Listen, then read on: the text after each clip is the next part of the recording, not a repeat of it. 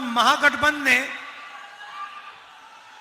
और हमने निर्णय लिया है कि जो सरकार बनेगी, महागठबंधन की जो सरकार बनेगी, उस सरकार में बिहार के सारे लोग शामिल होंगे। मैं उदाहरण देता हूं आपको। हमने सिर्फ, अगर मैं अति पिछड़ों की बात करूं, तो हमने सिर्फ सैनी जी को डिप्टी सीएम का दर्जा नहीं दिया है। हमने अति पिछड़ों के लिए एक मैनिफेस्टो, एक प्लान बनाया है। उनके आरक्षण के लिए, उनकी प्रोटेक्शन के लिए, उनके रोजगार के लिए हमने सोच समझकर, उनसे पूछकर हमने प्लान बनाया है। और हमारा काम वैसे ही होता है। हम चाहते हैं कि ये जो सरकार आए, जो आने वाली है, इसमें बिहार की आवाज सुनाई दी, बिहार के युवाओं की आवाज। आजकल क्या हो रहा है? आजकल कहा जाता है कि नीतीश जी की सरकार है, कहा जाता है, मगर आपको क्या लगता है? आपको लगता है कि नीतीश जी सरकार चलाते हैं? मैं आपको बताता हूं, नीतीश जी सरकार नहीं चलाते। नीतीश जी के 3-4 साइड में 3-4 ब्यूरोक्रेट हैं, वो सरकार चलाते हैं। 3-4 अफसर लोग हैं, वो दिल्ली से ऑर्डर लेते हैं, मोदी जी से ऑर्डर लेते हैं और बिहार की सरकार चलाते हैं। यहां पे बीजेपी का नेता आया बिहार में, उसने कहा कि देखिए, बिहार में उद्योग लगाने के लिए जमीन नहीं है।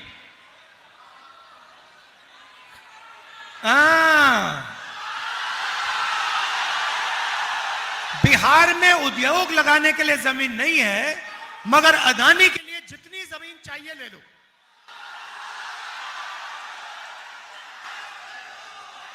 आप देखना, यहां पे चंदन जी ने कहा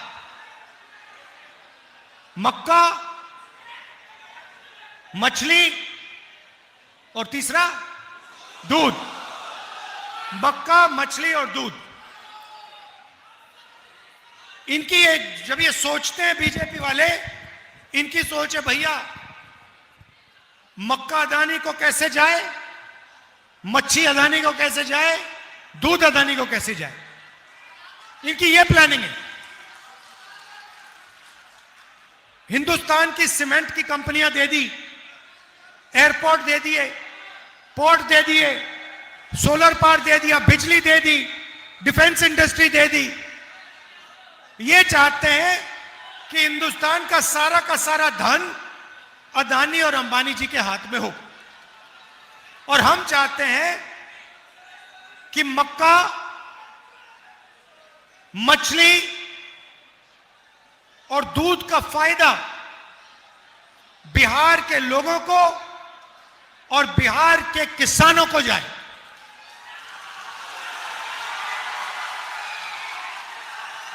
हम चाहते हैं कि यहां पे अदानी का कारखाना ना लगे। हम चाहते हैं कि यहां पे बिहार के युवा छोटा बिजनेस चालू करें। कोई मक्के को प्रोसेस करने का,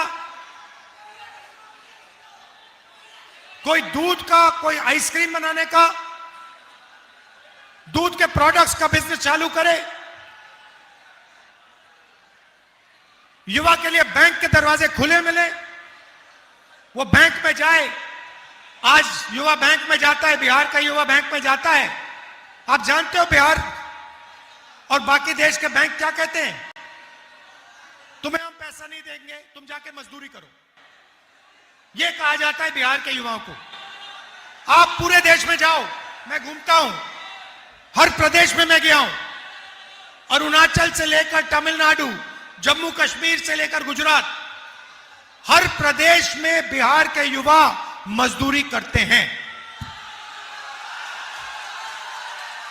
नीतीश जी कहते हैं, मोदी जी कहते हैं हम बिहार को बदलना चाहते हैं। अरे आपने बिहार को बदल दिया, आपने बिहारियों को देश का मजदूर बना दिया।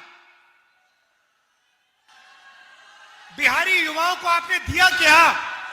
कॉलेज दिया, यूनिवर्सिटी दी, स्कूल दिए, रोजगार दिया? कुछ नहीं। आप भाषण देते हो, नीतीश जी को रिमोट कंट्रोल से चलाते हो, अदानी जी को, अंबानी जी को फायदा देते हो। मैं आपसे सवाल पूछता हूं, अंबानी जी की शादी देखी आपने टीवी पे? देखा ना?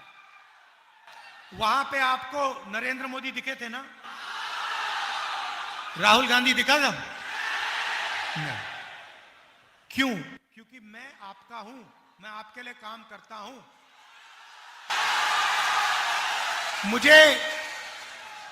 मुझे शादी में जाने की कोई जरूरत नहीं है। मेरा काम, अच्छा किसान मुझे घर में शादी में बुलाए, मैं पहुंच जाऊंगा।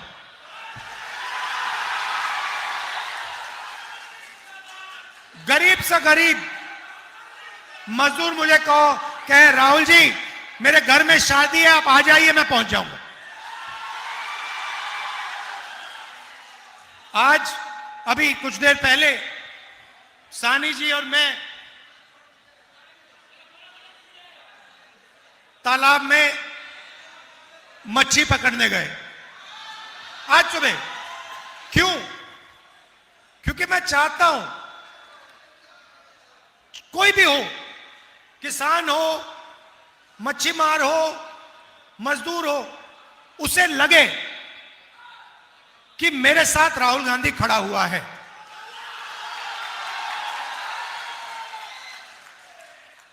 तो ये मेरी कोशिश है। मैं आपको बताता हूं, उदाहरण देता हूं, छोटा सा आपको उदाहरण देता हूं, आप समझ जाओगे मैं क्या कह रहा हूं।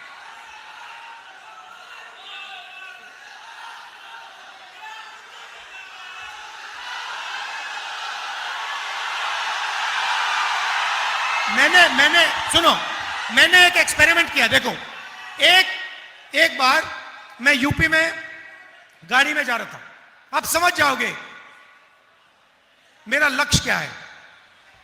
एक दिन मैं यूपी में गाड़ी में जा रहा था, रास्ते में मुझे मोची की दुकान दिखी और मैं रुक गया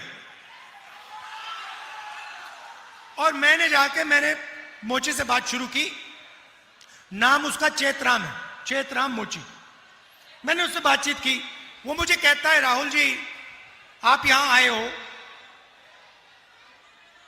आपने मेरी इज्जत की है, मेरी कोई इज्जत नहीं करता। आप आए हो, आपने मेरी इज्जत की। फिर मैं देख रहा था वो जूता बना रहा था, उसका हुनर, उसकी तपस्या थी, पूरी जिंदगी उसने मोची का काम किया, अनलिमिटेड ज्ञान था उसका। और मैंने उससे बातचीत की, मैंने उससे कहा कि चेतराम जी एक बात बताइए, आपको किस चीज की जरूरत है? और उसने मुझे कहा राहुल जी मेरी दुकान बंद हो रही है, मेरी दुकान बंद हो रही है। उसका बेटा कहता है राहुल जी मैं तो पापा के साथ काम नहीं करूंगा, मैं कुछ और करना चाहता हूं। मैंने उससे कहा कि चेतराम जी आपको किस चीज की जरूरत है? उन्होंने मुझे कहा राहुल जी मुझे एक मशीन है, अगर आपने मेरे लिए वो कहीं से मेरे लिए वो आप मशीन ले आए तो मेरी जिंदगी बदल जाएगी, मेरी एक नहीं 2-3 दुकानें हो जाएंगी। तो हमने छोटी सी मशीन, कोई बड़ी मशीन नहीं थी, छोटी सी मशीन थी, 30,000 रुपए की मशीन थी, हमने वो मशीन चेतराम जी को दी। मैं बता रहा हूं आपको, वो चेतराम जी जिनकी एक दुकान नहीं चल रही थी, जो अकेला काम कर रहे थे, वही चेतराम जी उस मशीन के साथ उन्होंने 2 दुकानें खोली महीनों में, 6 महीने के अंदर 2 दुकानें खोल के 10 लोग उनके लिए काम कर रहे थे। तो आप में हुनर की कमी नहीं है, आप में मेहनत की कमी नहीं है। आपकी जो सरकार है वो आपकी मदद नहीं करना चाहती। आप देखिए, मैं आपको उदाहरण देता हूं। अब जो प्रधानमंत्री होता है वो देश के युवाओं की रक्षा करना, उसको रक्षा करनी चाहिए। उसे सोचना चाहिए कि मैं बेरोजगारी को कैसे मिटाऊं। सही, उसको दुनिया के एक्सपर्ट्स बुलाना चाहिए और उनसे पूछना चाहिए, भैया हम रोजगार के खिलाफ कैसे, बेरोजगारी के खिलाफ हम कैसे लड़ें। और अगर दिन में 24 घंटे हैं तो हिंदुस्तान के प्रधानमंत्री को 6, 7, 8 घंटे तो इसमें लगा देने चाहिए कि मैं अपने देश के युवाओं को रोजगार कैसे दिलवाऊं, बिहार के युवाओं को मैं कैसे रोजगार दिलवाऊं। रोजगार क्या होता है? रोजगार का मतलब, दूसरा तरीका बोलने का, मैं बिहार के युवाओं के जेब में पैसा कैसे डालूं, यही है रोजगार का मतलब। इसके जेब में महीने का 20, 25, 30, 40, 50 हजार रुपए कैसे डाला जाए, यही है ना रोजगार का मतलब। अब देखिए, अब प्रधानमंत्री यहां आते हैं और आपसे कहते हैं कि बीजेपी ने डेटा, मोबाइल फोन डेटा का दाम इतना कम कर दिया है कि आप दिन भर रील देख सकते हो,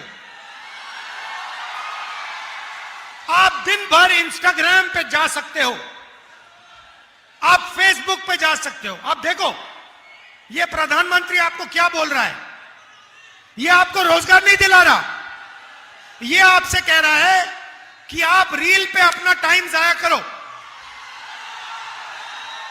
आप इंस्टाग्राम पे अपना टाइम जाया करो। जब आप रील को प्ले करते हो, सीधा उनके दोस्त मुकेश अंबानी के जेब में पैसा जाता है। शर्म आनी चाहिए प्रधानमंत्री को। वो पैसा उसको दिलवा रहा है और आपसे कह रहा है कि भैया आप अपनी पूरी जिंदगी रील देखने में लगा दो। मतलब आप सपने में रहो, सपना देखते रहो। रील सपना है, रील से आपको कोई पैसा नहीं मिलेगा, रील से आपके पेट में खाना नहीं जाएगा, रील से आपको रोजगार नहीं मिलेगा। यह सच्चाई है। मैं चाहता हूं कि यह जो फोन है इस पे पीछे आज मेड इन चाइना लिखा है, मैं चाहता हूं इस फोन के पीछे मेड इन बिहार लिखा जाए।